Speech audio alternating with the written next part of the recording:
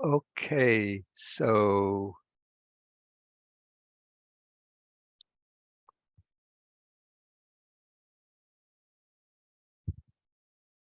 let us begin then with the three bows to the Buddha,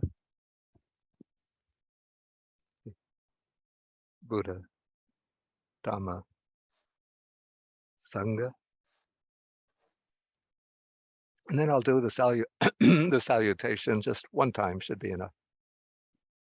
Namo tassa bhagavato arahato samma sambuddhassa. Okay, so good morning, everybody.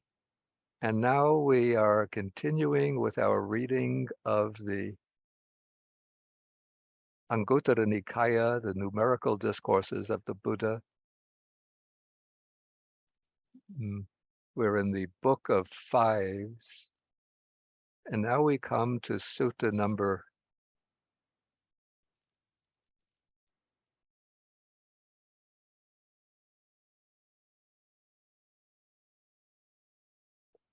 24. Do you see it on the screen? Yes, Bhante. Yes, Bhante. We can the see it. size? Okay, we can make it a little bigger. Yep, that's good. Okay, this is very big. Yeah, it has the title immoral just because it's just the way these titles are given to the suttas. Maybe I should explain this. They're really not proper titles, but you see the way the compilers of the text, you have to remember that the text had been transmitted for several centuries through oral transmission, through memorization and oral transmission. And generally in the collections of the shorter suttas, like the Samyutta Nikaya and the Anguttara Nikaya, all of the suttas were divided into sections of usually groups of 10. Sometimes a chapter will have more than 10 suttas, maybe 12 or 14, but usually 10 suttas. That was the standard procedure. And to assist the preservers of the text, those who are responsible for preserving them by memorization, at the end of each group of 10 suttas, there would be a verse in the shloka meter with 8 syllables per line. And the verse would take a key word from each of the suttas in that particular chapter of 10 or 12 suttas. And so the memorizers or the preservers would be able to remember the suttas in that chapter and the order of the suttas by way of the key word taken to signify each sutta. So let me take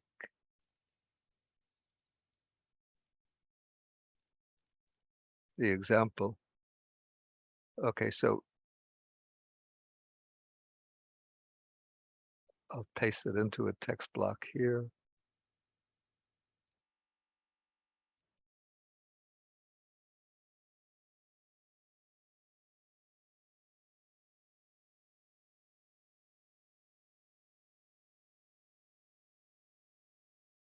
Not so convenient.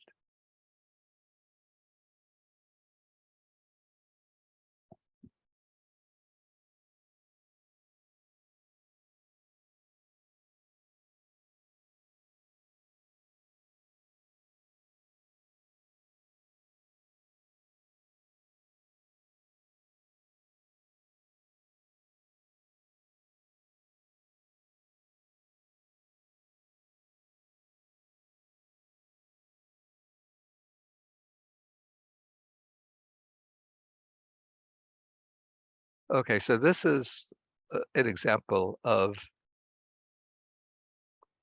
this sort of, they call it mnemonic verse, a verse to assist the memory. So we have Dve agaravupa kilesa du silanu gahitena cha vimuti samadhi panchangika chankamang nagitena cha. So we have two suttas concerned with agara, with a house, maybe using a simile of a house. Then one concerned with upakilesa, with defilements. Then a sutta about dusila, that's this one, number 24. Then anugahita, that means assisted by. So that's the next sutta. Then we have vimutti, liberation, samadhi, panchangika, 5 factors. So those are the next 3. So those would be 26, 27, 28. Then 29 is chankama. That means walking back and forth. So that's the 9th sutta. The nagitena. So that's the 10th sutta, a sutta about a monk named Nagita. So that's the mnemonic verse for this chapter. Okay, so all of that is to say that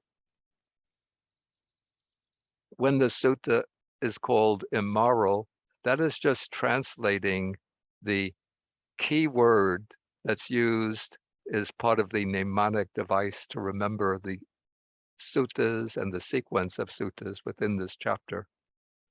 Okay, so now the sutta begins. Before we come into the content of the sutta, so I should also explain that this sutta here is the first of a particular type of sutta that we're going to encounter repeatedly through the numerical discourses. And in the printed edition of the numerical discourses, I gave a title, a designation to this particular construction. So I call these expanded parallels. Well, maybe I should have called them expanding parallels.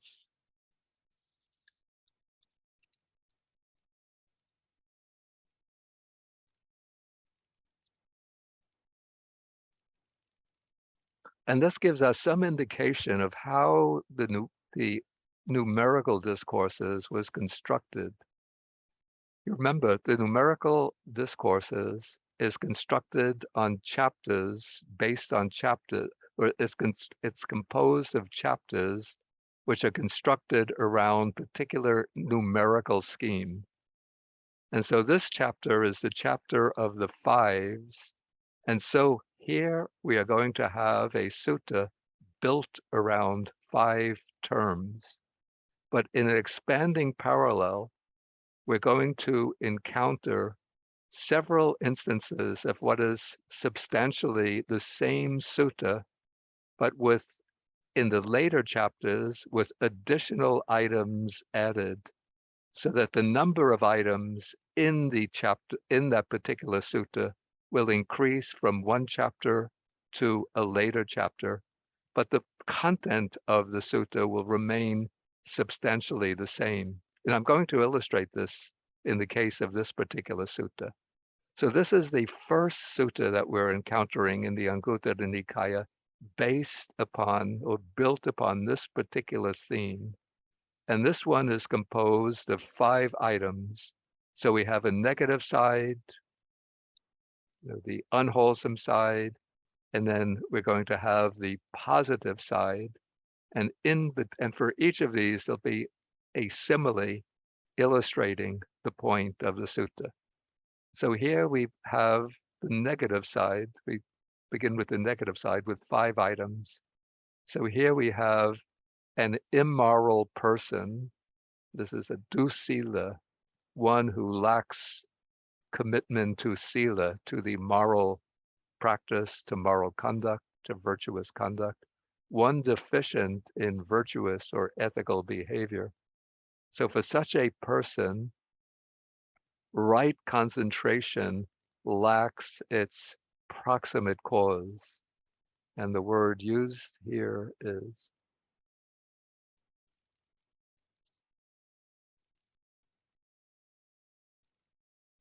upanisa. It seems to indicate something stronger than simply a supporting condition, but it's a strong supporting condition. Okay, then when there is no right concentration, for one deficient in right concentration, then the knowledge and vision of things as they really are lacks its proximate cause. When there is no knowledge and vision of things as they are, then disenchantment and dispassion lack their proximate cause. And when there is no disenchantment and dispassion, and so on, the knowledge and vision of liberation lacks its proximate cause. Okay, so here we could see 5 items around which this sutta revolves. So there's virtuous behavior.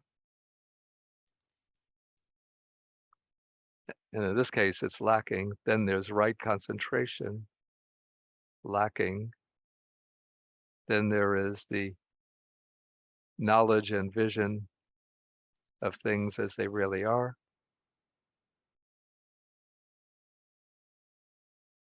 Then there is disenchantment and dispassion. You could see 2 items joined together, which is significant. And then the knowledge and vision of liberation.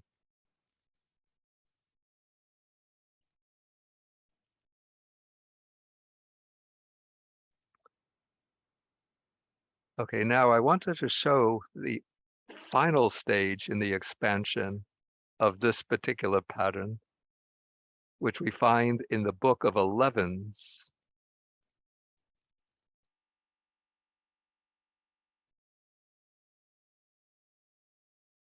Yeah, this sutta is expounded, I think, entirely. Here I took the positive side of the sequence. So in the Book of Elevens, we're going to have 11 items. So first we have the person of virtuous conduct, of virtuous behavior. So in other words, we have virtue here. Then from virtue, or good conduct, we have another item. See, we have a number of items inserted before we get to right concentration. So here we have right concentration. And here we have virtuous behavior. Yeah, so in the Book of Fives, we jump from virtuous behavior to right concentration.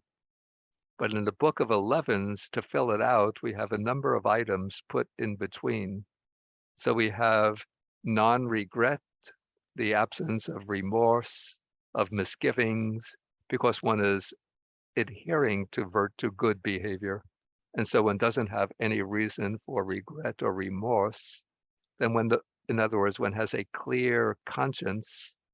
When there's a clear conscience, ease of mind, that gives rise to joy. This is pammoja, joy or delight.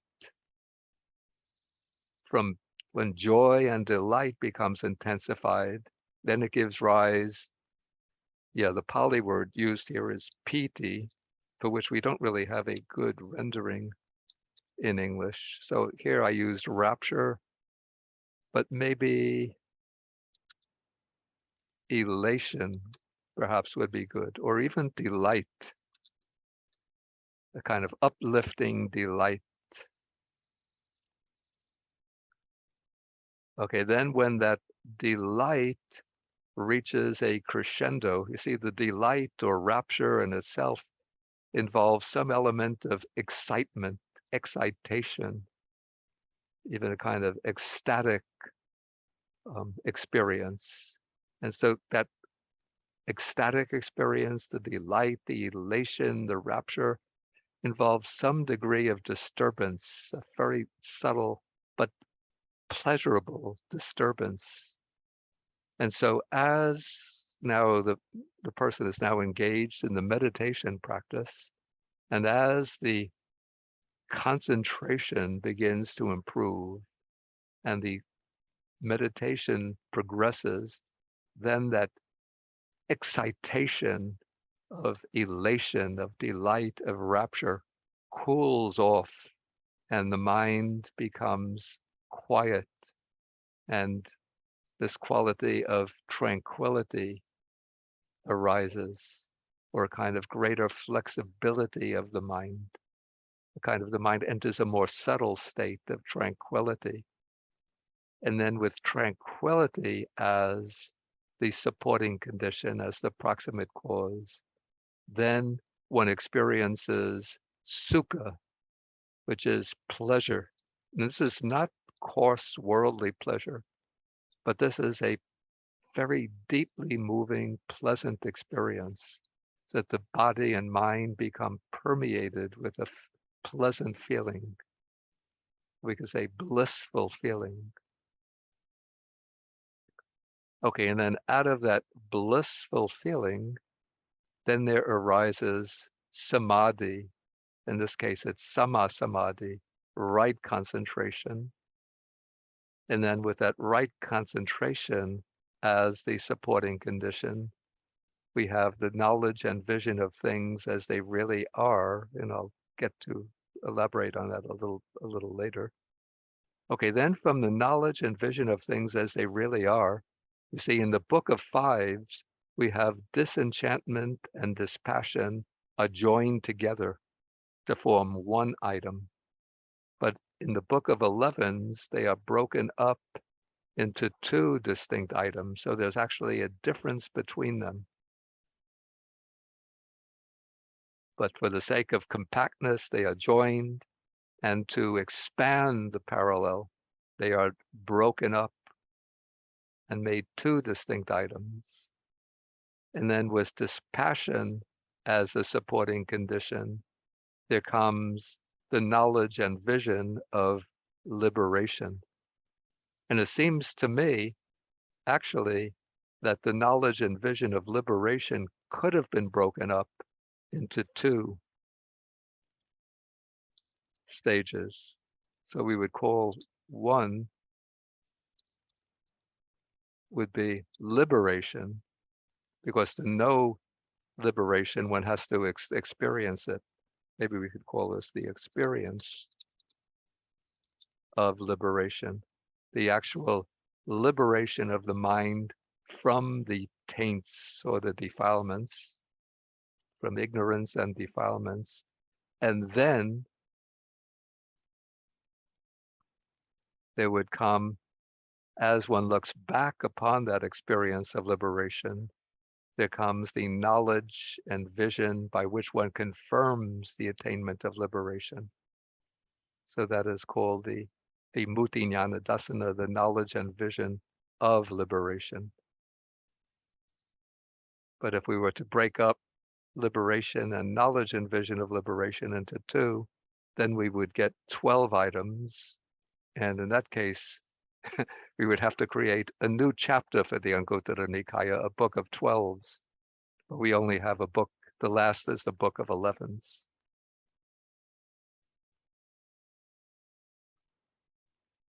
Okay, so let us now go back to the book of fives and see the precise significance of these terms. Okay, so we start off with virtuous behavior. So this is the behavior, the conduct that is induced by basically by observing one's precepts.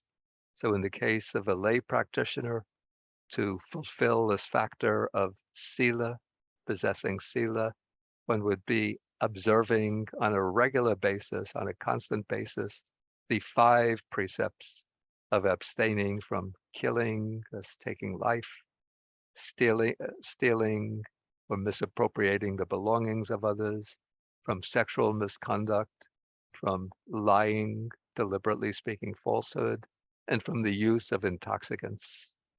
And if one wants to strengthen the factor of virtuous behavior for a lay follower, from time to time, particularly on the Uposita, the day of the full moon and new moon, one could observe the 8 precepts.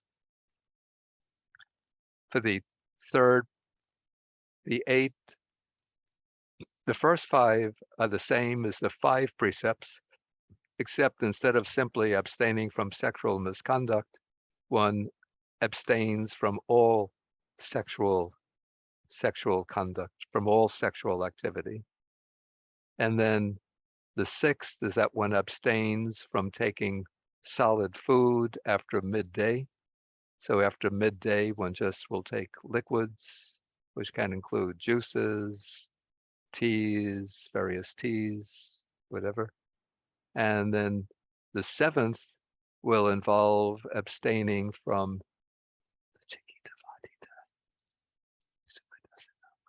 Nachagita Vadita Visukadasana, from dancing, singing, instrumental music, and improper shows, and then from the use of personal ornamentation, from wearing jewelry, using ointments, perfumes, and so on.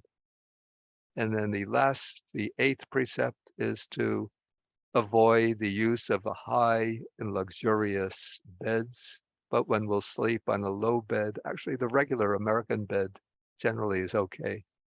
But in the Asian countries, usually they'll put a mat on the ground and sleep on the mat. Okay, so this is a virtuous behavior which serves as the basis for meditative practice. And when meditative practice succeeds, then it issues in what's here called right concentration, sama samadhi. And there's an ongoing debate within the Theravada tradition. Does right concentration require the attainment of the jhanas or not?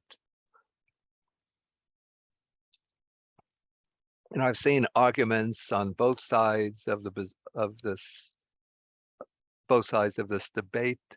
My own opinion is that right concentration does not have to occur at the level of jhana to qualify as right concentration, as concentration sufficient for the development of insight.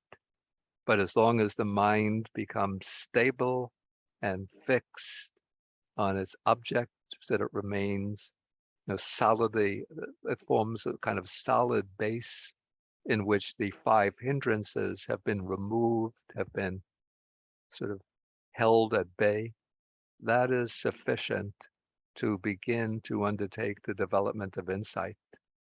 And then when insight or vipassana reaches a certain level of sharpness and maturity, then it becomes the knowledge and vision of things as they really are. Yata bhuta jnana dasana.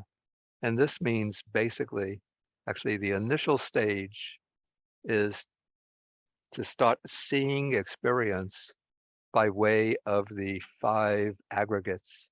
So one starts to explore the experience in terms of the five aggregates. And so one turns with the concentrated mind, when the mind is concentrated, then one turns that focused mind back upon one's own experience and starts examining the experience, the flow of experience by way of the five aggregates. So one sees the body as the aggregate of material form,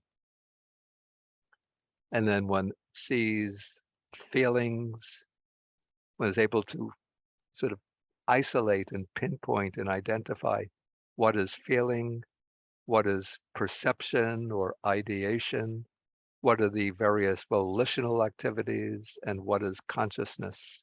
So one sees the experience by way of the five aggregates, and then after developing the skill of discerning the five aggregates, then one can look into what's called the universal characteristics of these five aggregates.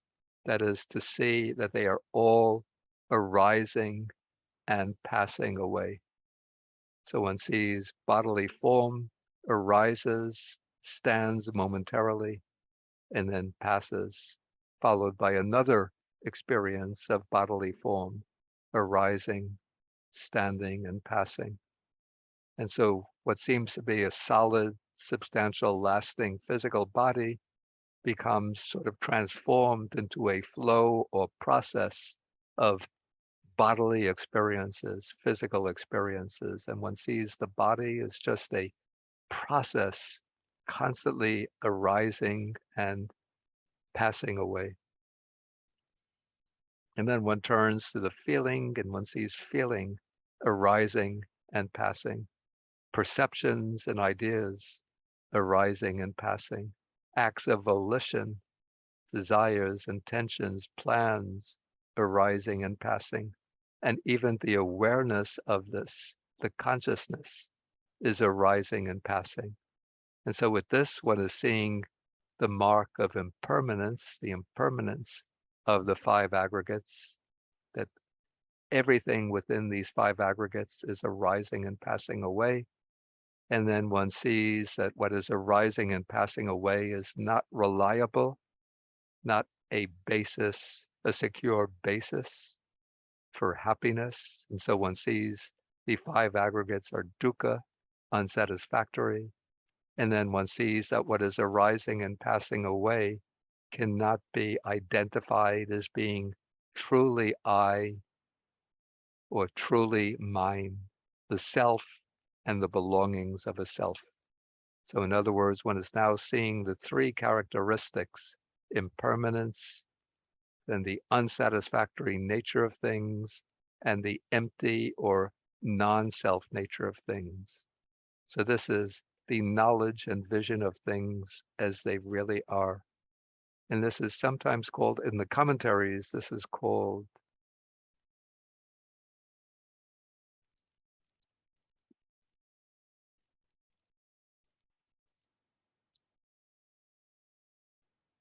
Taruna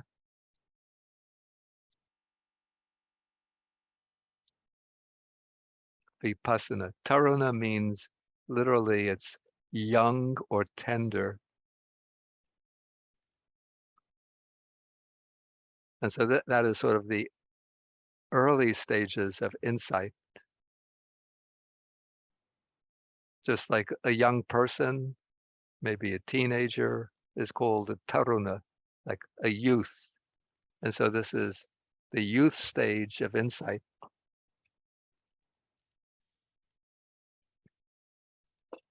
But now as insight into these three characteristics gains strength and momentum, then it leads to dispassion. And here, maybe it's best that I use the Pali terms.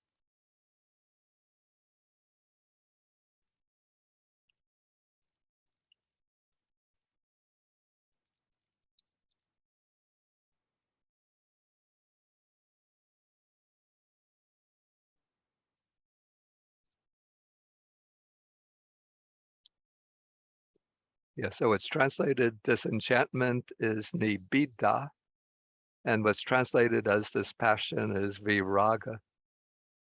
Let me go to the Word file, since I could type more easily there. Okay, so this disenchantment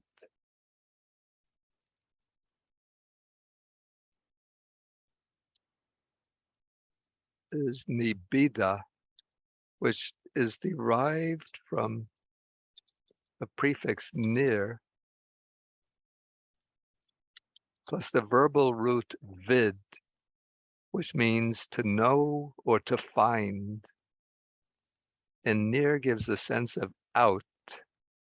And so nibbida is literally finding out. So now, since you have the knowledge and vision of things as they really are, you're starting to see into the nature of things. And so you're finding out what they really are. So normally with our sort of mind cloaked with avidya, with ignorance and delusion, we take ourself, our own experience, to be the experience of some kind of substantial self lying within or behind the process of experience. And then we grasp on things as being pleasure, as being lasting, substantial, enduring, or permanent. And we grasp upon them as being a source of true pleasure, true happiness. And we identify with things as being I, mine, myself.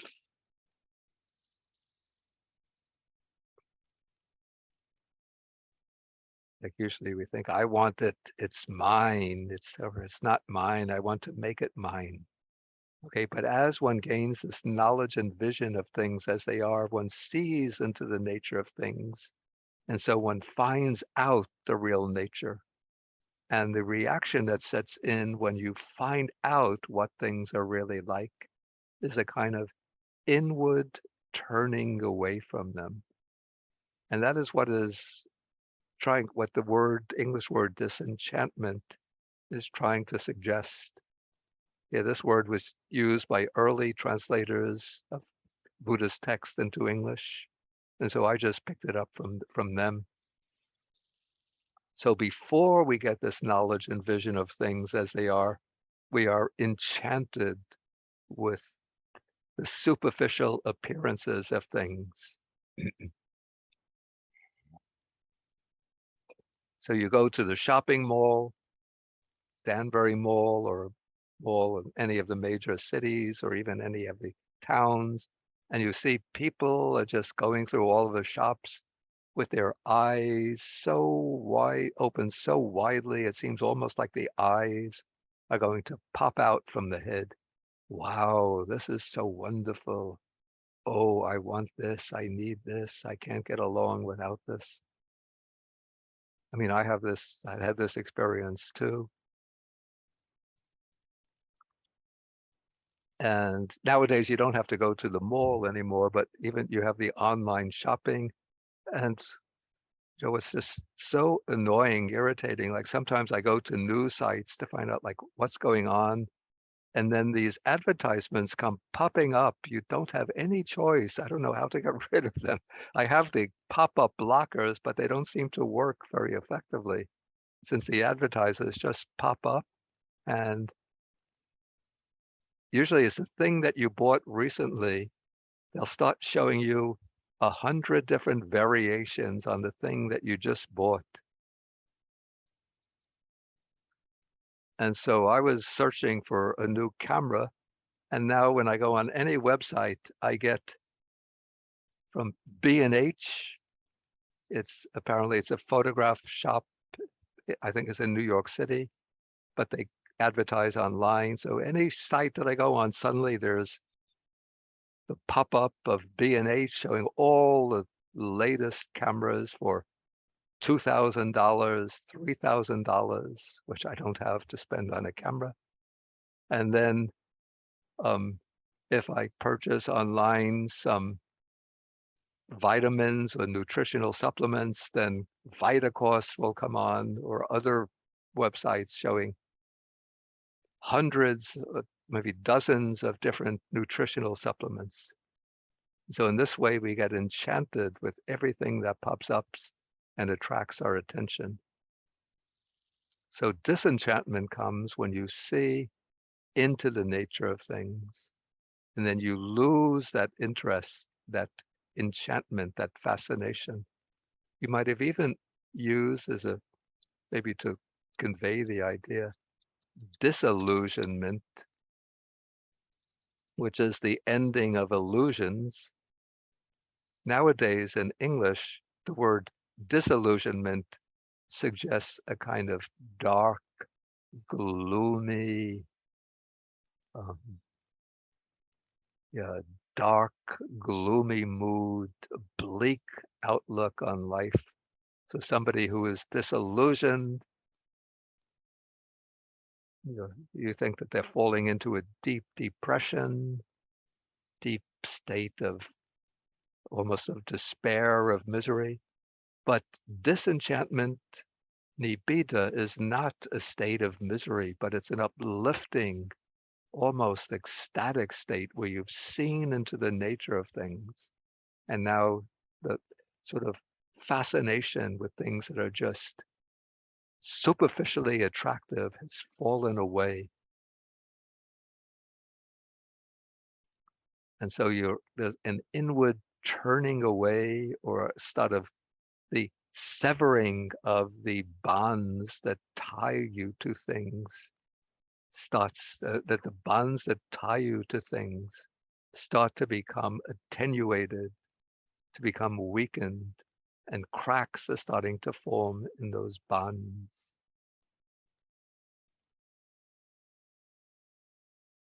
Okay, and then disenchantment is followed in the next stage by dispassion.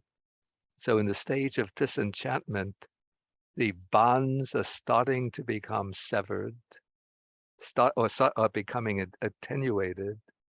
And with the stage of dispassion, those bonds have faded away. In fact, the word dispassion is viraga.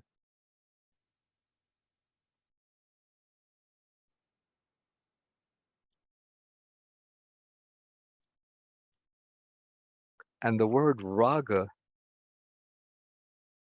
comes from the root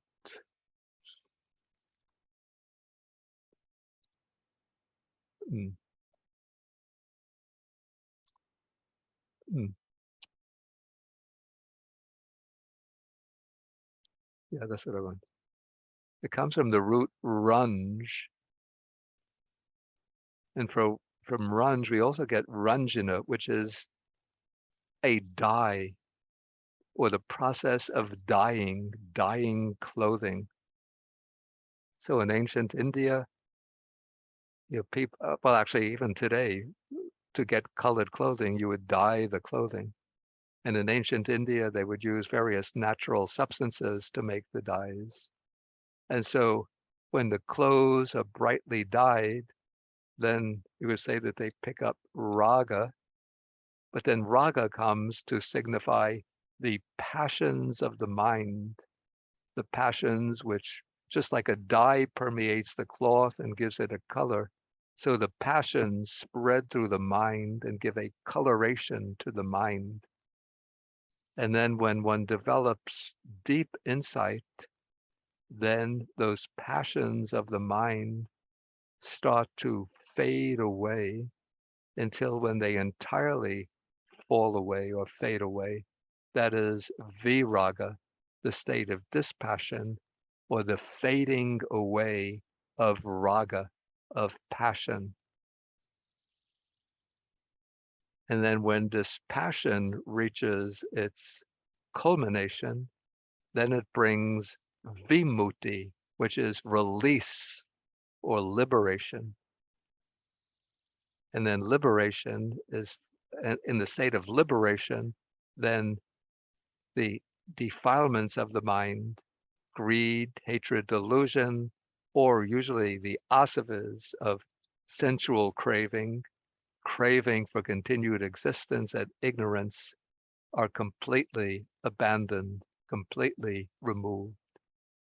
And then that is followed by a retrospective knowledge by which one looks back into the mind and one sees that the mind is now fully liberated from the asavas, from those primordial defilements.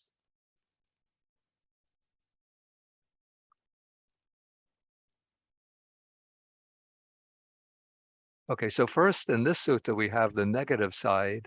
So each of these is the supporting condition, the proximate cause for the one that follows.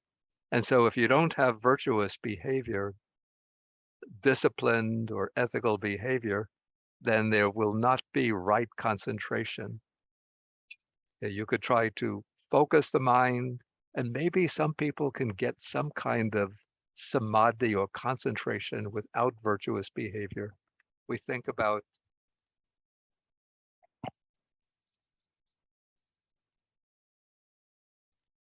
some people who can gain very powerful concentration of mind, but they then use their samadhi, their concentration, for nefarious purposes.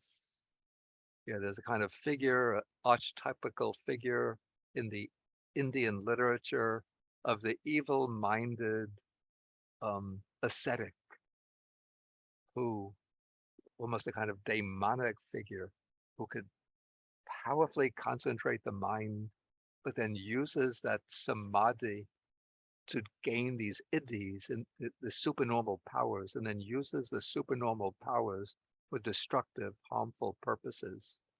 So perhaps there can be a kind of samadhi in one with an evil mind, but that will not be right concentration. then right concentration of a certain standard is necessary to gain that insight into the nature of things. And without that insight into the nature of things, there cannot be true disenchantment. There might be sort of a worldly disillusionment, a kind of metaphysical despair, but not that superior, noble disenchantment of one who, from a position of calm equanimity, turns away from the fascination and entanglement in transient phenomena. And there will not be the true dispassion. And without dispassion and without disenchantment and dispassion, there will not be true liberation and knowledge of liberation. You sound low, Bante. Oh, I'm sorry. Is it better now? Yes. Okay. Yeah, the microphone was turning away. Okay, then we come to simile, and this is quite, as you know, this is quite a common practice of the Buddha or the Buddhist text to illustrate many points with a simile. So here we have a tree which is deficient in its branches and foliage. And so when the tree lacks branches and foliage, then the shoots don't grow to fullness, and the bark, softwood, and heartwood do not grow to fullness. And so it's simile, then it repeats the same thing. Yeah, what I would say, if I were making up the simile, I would say if the tree was deficient in its roots, then lacking strong roots and a strong base, then the shoots, softwood and heartwood, would not grow to fullness. So I would say that it's sila, or good conduct, that is the roots of the spiritual life. And it's samadhi that is the base of the spiritual life. And then out of that base will grow insight, knowledge, and disenchantment, dispassion, and liberation. Then we have the positive version, which I've already gone through, and then the illustration of the positive version. The tree possesses here branches and foliage, or in my version, strong roots and a solid base. And in that case, then the trunk, the bark, the softwood and heartwood grow to fullness.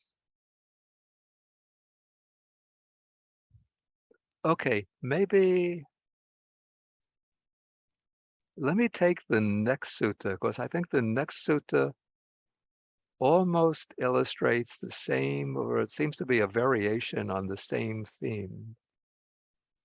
Okay, but here, this sutta uses right view assisted by 5 factors, has liberation of mind as its fruit, liberation of mind as its fruit and benefit, liberation by wisdom as its fruit, liberation by wisdom as its fruit and benefit. Yeah, I don't know why it should have one phrase has just fruit and the other phrase has fruit and benefit. It seems redundant.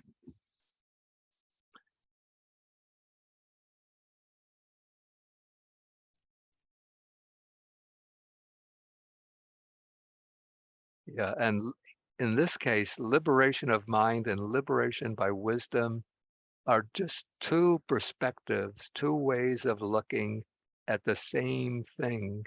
And what is meant here, according to the commentary, would be the fruit of arhatship and the fruition attainment of arhatship, which can be looked at from the standpoint of the samadhi involved in the fruit of arhatship. When you look at it from the standpoint of the samadhi in the fruit of arhatship, it's called liberation of mind. And when you look at it from the standpoint of the wisdom inherent in the fruit of arhatship, is called liberation by wisdom. But in both, the 2 are really just 2 perspectives on the same state. the fruit of arhatship. And that is also called in other suttas, is called the liberation of mind, liberation by wisdom that is attained through the destruction of the taints of the asavas. Let me put that into a text box, to a call out box.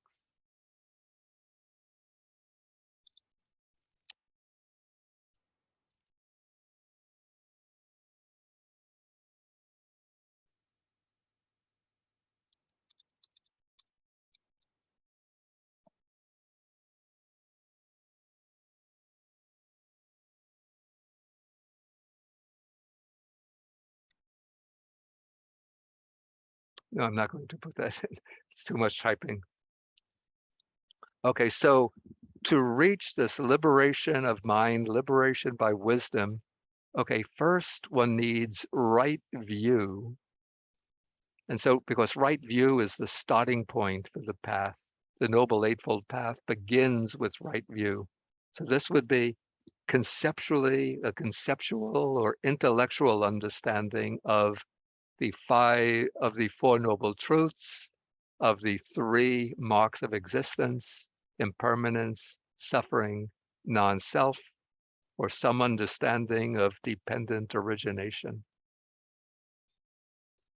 So to guide that right view, or to bring that right view to liberation, here one needs 5 factors. So one needs virtuous behavior, so that we already know from the previous sutta. And then we need something, here it's translated as learning, which maybe it's too heavy. Maybe it suggests too much that you have to become a erudite scholar, which is not the case. But the Pali word is sutta, which means literally hearing. In other words, you have to hear the teaching by listening to the teaching.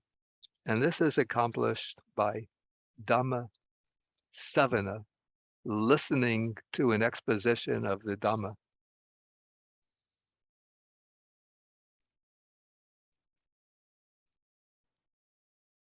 Dhamma Savana.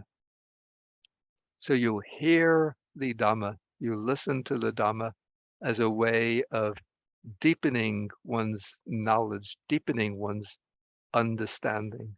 So this will further the maturation. It will be the way of maturing right view. So you have virtuous behavior, then hearing the Dhamma, listening to the Dhamma to deepen the understanding. And then when you hear a discourse on the Dhamma, then there should be some discussion of the Dhamma. Either you ask questions of the teacher to clarify one's understanding, or you could have a discussion with your friends in which you exchange your opinions, interpretations, views. And so in that way, it helps to clear up misunderstanding. But then you have to turn to the task of actual practice. And the practice is here distinguished by way of calm and insight, samatha and vipassana. And so through calm, you are developing samadhi, concentration, and then you use the calm, collected, concentrated mind to develop insight. And so you have calm and insight working together in tandem to bring the maturing of insight. And as insight deepens, becomes stronger, then we could say that we get the knowledge and vision of things as they really are. Through knowledge and vision of things as they are, we move to disenchantment, to dispassion, to liberation, and then the knowledge and vision of liberation. And so in this way, right view is supported by these 5 factors. It's supplemented by these 5 factors, And so right view, which begins just as intellectual or conceptual knowledge, then turns into experiential realization, culminating in the liberation of the mind from all of the mental defilements. And that can be expressed as liberation of mind. And since that liberation occurs through the agency of wisdom, it can also be called liberation by wisdom. Okay, maybe at this point now we can open the floor to questions. I think you know how to pose the questions using the hand, raising the hand mark.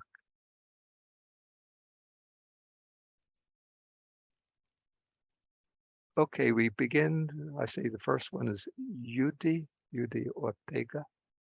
Yes, it's me. For concentration, what is the difference between samadhi and sama samadhi? Yeah, samadhi by itself can be a general term for concentration. And so if it's a very general term, it could include both right concentration and wrong concentration. But usually in the Buddhist texts, when you see concentration on its own without the qualification of right, we can understand it to be right concentration. Usually Okay. to indicate the wrong concentration, it will have the prefix micha. Micha means wrong. In that case, it'll be micha samadhi. So generally, just if you just see samadhi, you could understand that it's a right samadhi. Okay, any other questions? Okay, I don't see any hands. So maybe then we go a little further. Let's see what we have next. Okay, this is an interesting one, interesting sutta. So this is speaking about 5 bases of liberation. So again, you could see what is uniting the suttas in this particular cluster is the word vimutti or liberation. So the Pali term, see there's a note here. Yeah, so this gives the Pali word vimut. Yeah, vimutti is liberation, and ayatana is a base for something.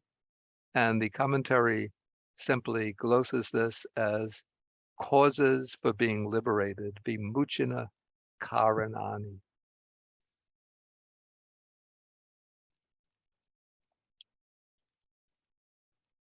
And so these are 5 bases of liberation by means of which a monk, if a monk or any practitioner, but usually the Buddha will choose the monk because those are closest to himself, dwells heedful, ardent, and resolute, his unliberated mind is liberated, his undestroyed asavas, the taints, are destroyed, and he reaches the unsurpassed security from bondage that he had not yet reached before. So you can see very important teaching that's going to come here. And so here we start with the first one. The teacher or a fellow monk. Actually, this sutta really needs a lot of attention and we don't have that much time. Maybe we can move on and come back to this one with our next class. Yeah, this will require like at least 40 minutes to fully expound. Yeah, so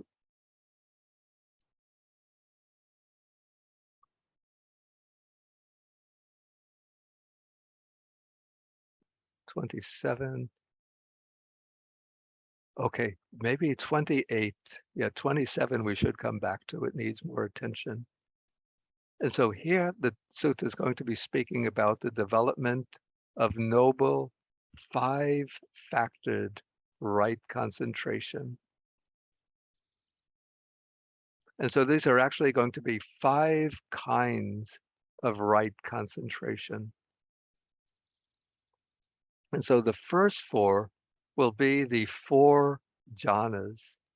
And I'm not going to go into the formulas for the jhanas, which we've gone through before. So we have jhanas 1, 2, 3, and 4. But the 5th one is the interesting one.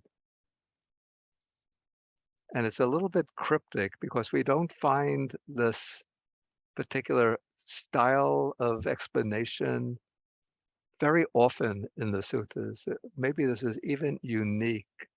So here we have a monk has grasped well the object of reviewing. And the expression used is pachavekana nimitta. And then the commentary identifies this as reviewing knowledge, which is the knowledge that arises reviewing the attainment of path and fruit.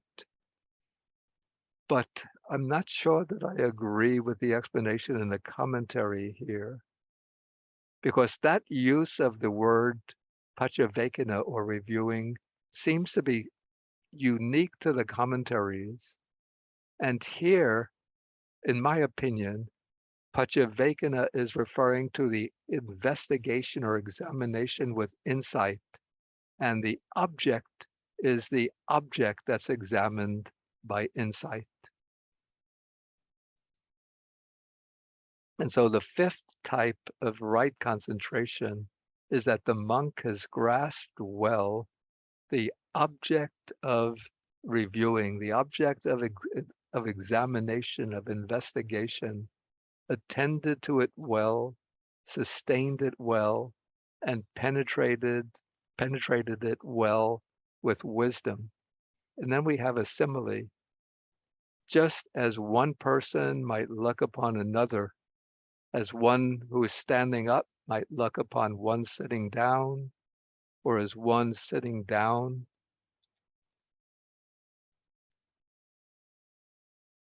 might look upon one lying down. So we have one in a higher position looking at one in a lower position.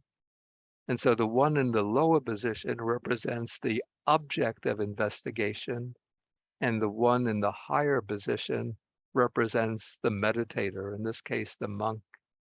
And so here the monk has grasped well the object of pachavekana, which can be reviewing or maybe investigation or examination, attended to it well, sustained it well, and penetrated it well with wisdom. So I take this to be my opinion, my interpretation, that this is the concentration that arises. Remember, this is a kind of, this is called the 5th development of noble 5-factored right concentration.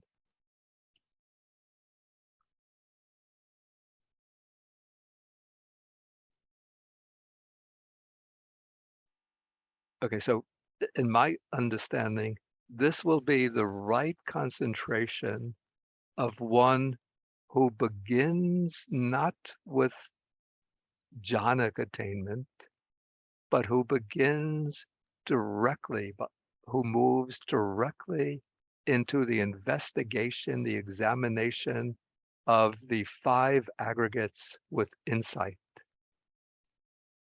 Or maybe beginning with a lower level of concentration, maybe the level corresponding to access concentration, and then starts to investigate the process of experience. In other words, the process of experience comprised in the 5 aggregates, and investigating it in terms of the characteristics of the 5 aggregates, being able to identify what is material form, feeling, perception, or ideation, the volitional activities and consciousness, and then sees the stream of experience with wisdom by way of the three marks of impermanence, unsatisfactoriness, and non-self, and then grasps the object with wisdom, attends to it with wisdom, sustains that wisdom on it, and penetrates it with insight. So that is a kind of concentration that arises not through fixing the mind steadily on one single object, like the object of jhana, but rather sustaining the mind on the stream, the ever-changing stream of experience, until one penetrates the nature of experience directly with insight. So that would be my interpretation of this.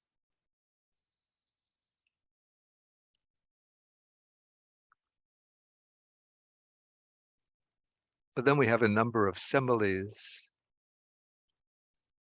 But the point here is that when this five-factor noble right concentration has been developed and cultivated in this way, then if there is a suitable basis, one is capable of realizing any state by direct knowledge towards which one might incline the mind. And we saw this elaborated in the excuse me, I'm losing my voice, in an earlier sutta by way of the different types of direct knowledge, the psychic powers, the divine ear element, the ability to know the minds of others, the recollection of one's past lives, the ability to see others passing away and taking rebirth in accordance with their karma, and finally, the knowledge of the destruction of the asavas. And so from this perspective, we would say that the mastery of the four jhanas, particularly the fourth jhana, is the basis, that is the suitable basis for developing the five mundane types of super knowledge. So by mastering the four jhanas, one can develop the psychic powers, the divine ear, the ability to read the minds of others, to recollect past lives, and to see others passing away in rebirth and taking rebirth in accordance with their karma. And it's through this penetrating the object well with wisdom that one can attain the sixth direct knowledge, that is the knowledge of liberation. Okay, I think I should leave some time for questions. We have some similes here, but you could read the similes on your own. Yeah, we have all of the types of higher knowledge mentioned here. Okay, so we could see if there are any additional questions. I see one from Sid. Hi, Bante. So earlier, like you said, like all that information that comes to us in our everyday lives, all the sense inputs that we get as we go about our lives in a modern society, that does keep coloring our mind. Yeah. So, like, what are we to do? Like, does it seems to impact the process of the liberation of mind. So how do we square our daily lives in the modern society with practicing what the sutta says? With what? With practicing what the sutta teaches us.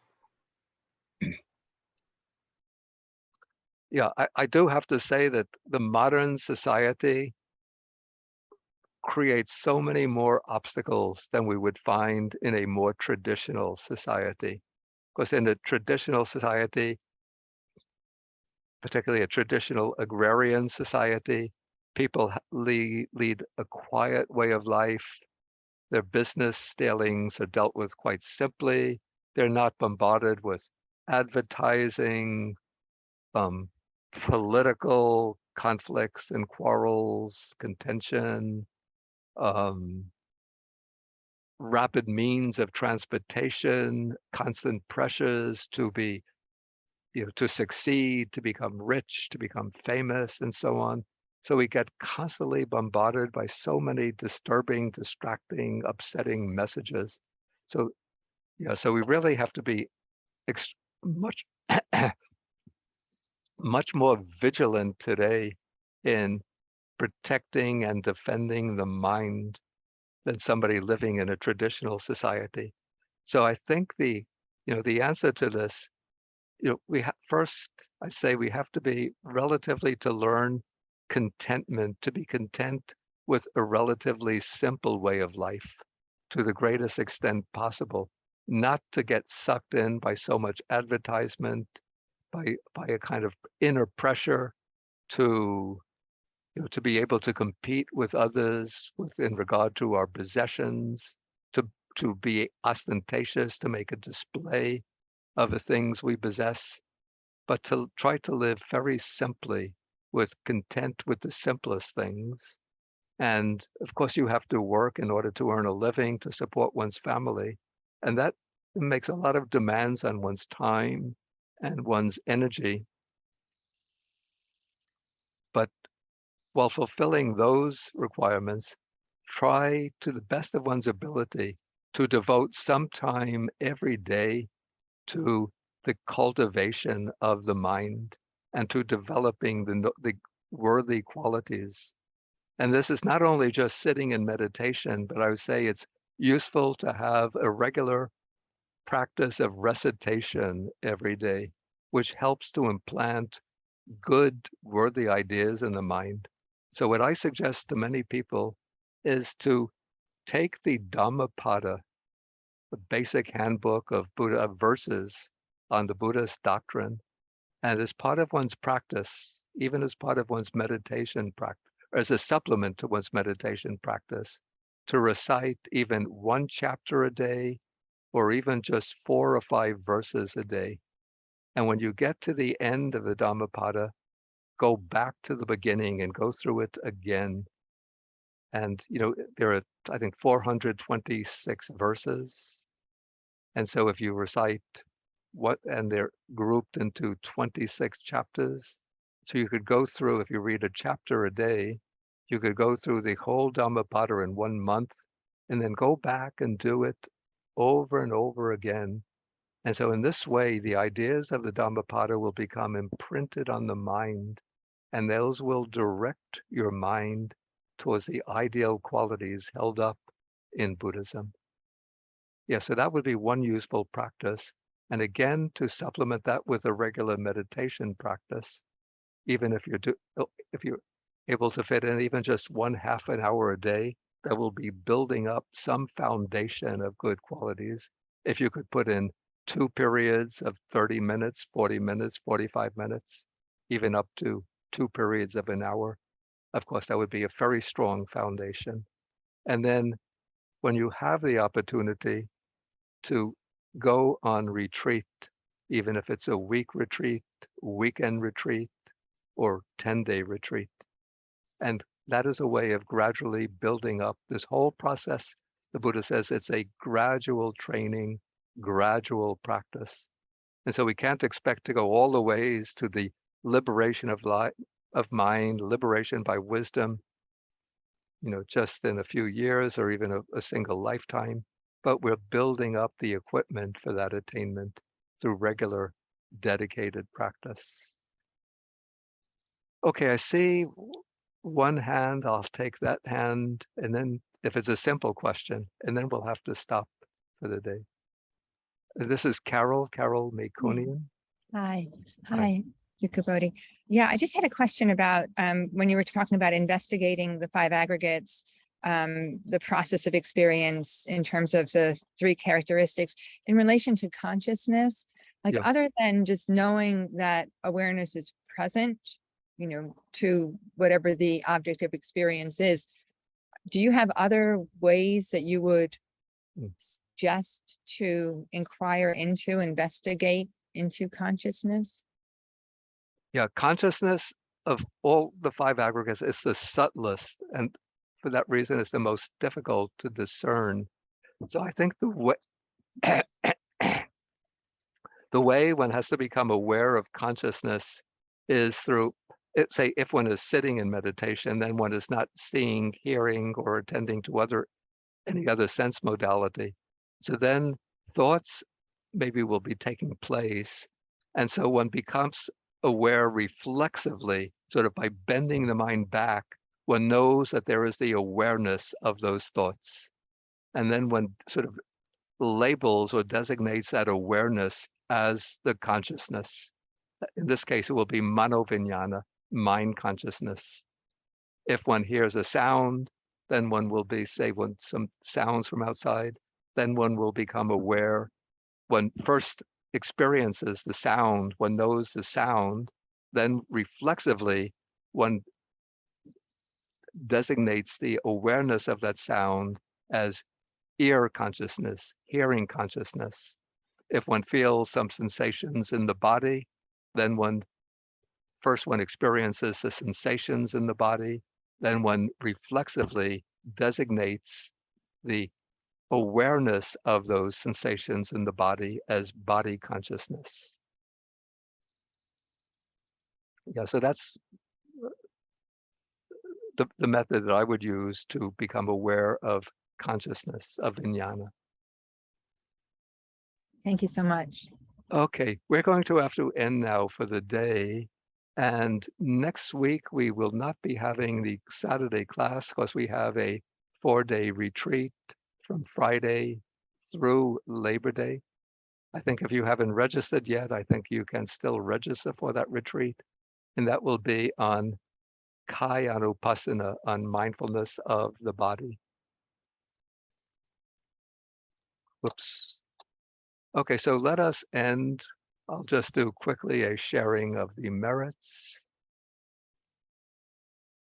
Akasata chabumata devanaka mahidika punyantang anumoditva chirang rakantu sasanang chirang rakantu desanang chirang rakantu mang parang. Okay, my sharing of the merits and my voice end simultaneously. Okay, so thank you all for joining us, and please keep well and keep safe. Thank you, Thank you. Bhante. Thank you for Thank you, teaching Bhante. us. Bodhi, Bhante. Thank you, Share, Bhante. Bhante. Be Please get safe, well, Bhante. Bhante. We all love you, Bhante. Okay, thank Thank you you, for joining. Bhante. Bye, Bhante. Okay, thank you. Bye. Okay, okay, thank you. Thank you, Bhante. Keep well. Thank you. Thank you. Okay, thank you. Thank you, Bhante. Okay, so I'm going to end the session. Thank you, Bhante. Okay. Thank you, Bhante.